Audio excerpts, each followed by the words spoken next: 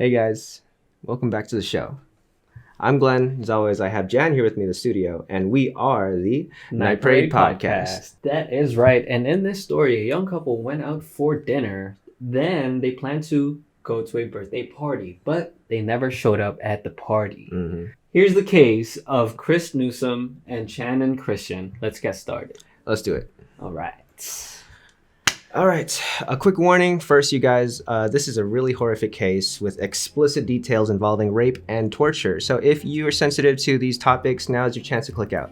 That's right.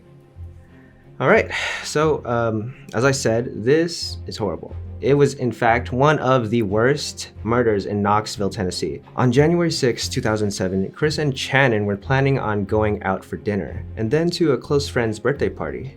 Chris Newsom was 23 years old, and he was described as a very friendly guy. He worked as a carpenter, and he was a great baseball player, apparently. Yeah. Channon Christian was 21 years old, and she loved playing golf. She studied sociology at the University of Tennessee, and that evening, Channon was upset because, well, she was falling behind on her plans because Chris, he was running a bit late. Mm-hmm. Their friends became worried when they didn't show up to the birthday party. Neither of them were answering their messages either.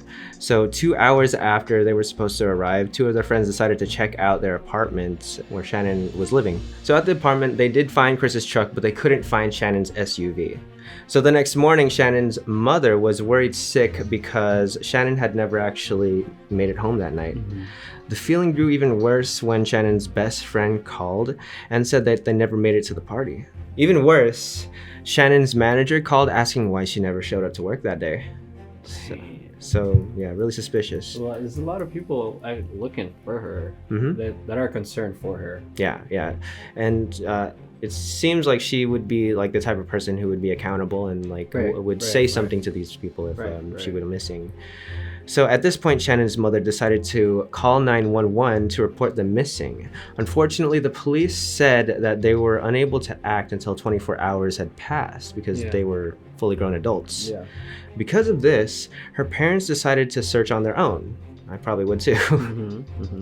So they decided to call her cell phone provider for help. And they found out that her cell phone had actually pinged at a near cell tower on Cherry Street. So Cherry Street was a neighborhood known for having a lot of crime and violence. You wouldn't want to be caught here. Yeah. So the couple's family and friends searched Cherry Street up and down. Soon, they find Shannon's Toyota 4Runner. The floor was covered in mud, and the driver's seat was pulled way too far back for Channon. All her family photos were missing too, and along with her missing iPod and teddy bear, a packet of cigarettes was also found. Note that none of the couple were actually smokers. Right. There was an envelope on the front seat with the address 2316 Chipman Street written on it. Turns out that this address was only 2 blocks away from where Channon's car was found. That day, on January 7th, Chris's body was found near some railway tracks. This poor guy. He was wrapped in a comforter, and his sweater was wrapped around his head. His ankles were bound together by his own belt. His hands were tied behind his back. He was gagged by his own socks. His feet were bare and muddy, and semen was found inside of him. He had gunshot wounds to his head, and the attacker also poured gasoline all over him to set him on fire. Tuesday, January 9, police investigate the rundown rental home at 2316 Chipman Street. It was located at a mostly industrial street, and the home was cluttered with trash. Inside, police discovered Shannon's missing iPod and teddy bear, as well as her driver's license. In the corner was a trash bin with several trash bags wrapped around something inside. Inside of all this plastic was the remains of Channon Christian. Her body was only wearing a camisole and a sweater. She was riddled with blood, bruises, and deep cuts. Semen was found in her clothing and all over her body. Fingerprints were also found on the trash bag, the same as on the letter with the address on it. So during the trial, the full story of that night was told. I don't even know if I want to find out, to be honest with you, after hearing all that. Yeah, that's tough. Yeah, that would have been really, really, really tough to know what kind of state their body was in, you know? That's pretty crazy. It's horrible. But let's talk about that fateful night. So, Chris and Channon were having a conversation outside of Shannon's 4Runner. They were holding each other, like, you know, a really sweet couple, right? Mm-hmm. And they were unaware that they were being watched. Little did they know that those people that were watching them were a group of carjackers. Suddenly, they were both held at gunpoint and shoved into the 4Runner, where they were just standing outside of, and they were taken to the house on Chipman Street, the address we had just given you. It was near a waste management and recycling plant, and there were 5 people in the group of carjackers. One of them being Lamarcus Davidson. He was on parole for carjacking, which is, you know, kind of dumb, doing the same thing you were caught for. Yeah, or doing any crime at all for being, you know, while out on parole. Yeah, that's true. Second person is George Thomas. Third is Latalvis Cobbins. Fourth is Vanessa Coleman. And fifth is Eric Boyd. The 5 of them were all staying at that one house on Chipman, and Lamarcus was poor, and it was his plan to steal a car. Now let's talk about the timeline of event. Chris was murdered first. He was severely beaten, also raped by at least one of the group members, and as well as with a foreign object, which is, I don't even want to think of or want to know what it is. That's disgusting. Channon was made to watch all of this. So she was seeing all this like happen to They're forcing her, which is really crazy, dude. Yeah. After all this, they had lead Chris to the railroad tracks where he was found barefoot in the mud, and Davidson tells Thomas to kill Chris. So then Thomas shoots Chris in the neck and then the back. Chris was still alive, but now paralyzed due to the wounds that Thomas had just given him, and they let him suffer for a few moments more before Davidson shoots him in the head, finally to end his misery. After that, they wrap his body in a comforter, and then they set him on fire after pouring gasoline all over him. Then they returned to the house on Chipman and set upon Channon. She was also savagely beaten and raped, unfortunately. Oh my goodness. Now, Vanessa was the only other female in the room that was present, but she did nothing to help Channon out of this situation that she was, you know, being put through, except occasionally maybe bringing her some water to kind of help, but not really. She's not doing anything. I mean, that's kind of something. That's kind of like prolonging her suffering. She was strangled until she went unconscious. They tied her up in the fetal position, which is very uncomfortable after a long time. Yes. Attempting to destroy DNA, they poured bleach down her throat, as well as other areas of her body, which is really insane. That's evil. Have you ever had bleach, like, you know, like touch you? touch like a cut that you have on your fingers? Oh man.